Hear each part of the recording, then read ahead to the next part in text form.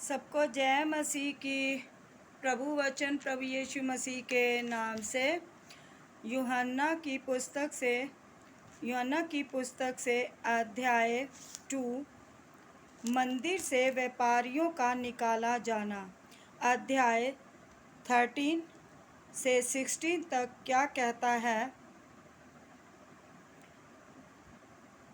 यहूदियों का फसह का पर्व निकट था और यीशु यरूशलेम को गया। उसने मंदिर में बैल भेड़ और कबूतरों के बेचने वालों और सर्पों को बैठे हुए पाया। तब उसने रस्सियों का कोड़ा बनाकर सब भेड़ों और बैलों को मंदिर से निकाल दिया और सर्पों के पैसे बिखेर दिए और पीड़ों को उलट दिया और कबूतर बेचने वालों से कहा, इन्हें यहाँ से ले जाओ, मेरे पिता के घर को व्यापार का घर मत बनाओ। यहोवा की यह वाणी है। प्रभु को धन्यवाद। Hallelujah hallelujah. प्रभु वचन में कह रहे हैं, यहूदियों का फसह का पर्व निकट था और यीशु यरूशलेम को गया और जो प्रभु का भवन था, प्रभु की भवन था, वहाँ कुछ लोगों ने दुकानें लगाई हुई थी। जैसे कि सर्प वालों ने अपनी दुकानें लगाई हुई थी और जब वहाँ यीशु मसीह पहुँचे, किसी ने भेड़ बकरियों की, कबूतरों की, ऐसे जैसे दुकानदारी लगा लेते हैं, ऐसे उन्होंने दुकानदारी लगाई हुई थी। लेकिन जब वहाँ पे प्रभु यीशु मसीह पहुँचा, उन्होंने रस्सी का एक कोड़ा बनाया और उनको वहाँ से भगाया और कहा कि मेरे पिता के घर को व्यापार का घर मत बनाओ। हालेलुया। यानी कि उन्हें वहाँ से सबको अपने आत्मिक जो उनको क्रोध आया, गुस्सा आया, तो उन्होंने उस समय वहाँ से उन्हें सबको भगाया। कबूतर वालों के कबूतर उड़ा दिए, सर्प वालों के पैसे बिखेर दिए, यहाँ तक कि जो भेड़ बकरियाँ थी उनको सबको भगा दिया। उन्हें इतना क्रोध आया, उन्होंने कहा कि मेरे पिता के घर को व्यापार का घर मत बनाओ। हालेलुया। यानी कि वहाँ पे व्यापारी अपनी दुकानें लगाने लग पड़े थे, जो कि वहाँ पे परमिशन नहीं थी। Hallelujah hallelujah. प्रभु की महिमा हो, प्रभु का धन्यवाद हो। उम्मीद है आपको प्रभु वचन सुसमाचार समझ में आ गया होगा। हालेलुया। और प्रभु का वचन कहता है, ये देह परमेश्वर का मंदिर है। हालेलुया। इसे पवित्र रखो, इसे शुद्ध रखो, मन के विचारों को, मन की सोच को, मन के ख्यालों को शुद्ध रखो, मैला ना होने दो।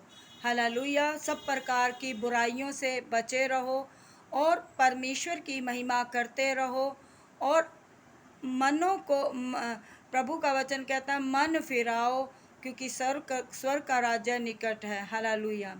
और संसार में मनुष्य को मन फिराव का अवसर परमेश्वर दे रहे हैं कि मनुष्य मन को फिराएं। हालेलुया। व्यर्थ की बातों पर या व्यर्थ के कामों पर समय बर्बाद ना करके आप परमेश्वर की संगति करें, परमेश्वर के साथ समय बिताएं और धर्म के प्रति अच्छे कर्म करें, ताकि हम सब का जीवन सफल हो पाए, ताकि हम सब अपने जीवन में धर्म के प्रति अच्छे कर्म करके जो धरोहर है, कर्म की जो धरोहर है, उसे इकट्ठा कर सके अपने जीवन में। क्योंकि जब हमारा जीवन से जाना होगा, तब हम अपने धन या पैसे को या किसी भी वस्तु को अपने साथ नहीं ले जा पाएंगे, क्योंकि परमेश्वर का वचन कहता है, मनुष्य खाली हाथ आया था, खाली हाथ जाएगा। हालेलुया। जो हमारा कर्म है, बस वही जो धरोहर है, कर्म की जो धरोहर है, वही हमारे साथ जाएगी, प्रभुओं के प्रभु यीशु के नाम से। हालेलुया। इसीलिए प्रभु का वचन कहता है, वचन में बने रहो, ज्ञान की प्राप्ति करते रहो। अपने को ज्ञान, जब हम थोड़ा कुछ सीखते हैं, थोड़ा बहुत कुछ सीखते हैं, तो हम चाहते हैं कि अपने फ्रेंड सर्कल में, अपनी परिवार की संगति में, अपनी परिवार की फैमिली में हम उसकी चर्चा उचित प्रकार से कर सके, प्रभु वचन की चर्चा, ताकि औरों को भी उसकी समझ आए प्रभु यीशु के नाम से, ताकि बुराइयों से मनुष्य बच सके। Hallelujah, hallelujah. क्योंकि प्रभु वचन कहता है कोई गंदी बात तुम्हारे मुख से ना निकले, पर आवश्यकता के अनुसार वही निकले जो उन्नति के लिए उत्तम हो, ताकि उसे सुनने वालों पर अनुग्रह हो। आमीन, हालेलुया, हालेलुया। इसीलिए हम जब अपनों से बड़ों अपना हम जब परमेश्वर से कुछ सीखते हैं, तो हम भी चाहते हैं कि हमारे साथ साथ अन्य और लोगों को भी सुनने को मिले, और उनके जीवन में भी उन्हें आशीषें प्राप्त हो और उन्हें अनुग्रह प्राप्त हो, उनके जीवन में आनंद आए, उनके जीवन में शांति आए और खुशी उनके जीवन में वर्षा बनकर बरसे। Hallelujah, hallelujah. प्रभु आपको बहुत आशीष दे, बहुत बरकतें दे। प्रभु में बने रहे, प्रभु वचन में बने रहे, वचन को सुनकर वचन पर चलने वाले भी बने।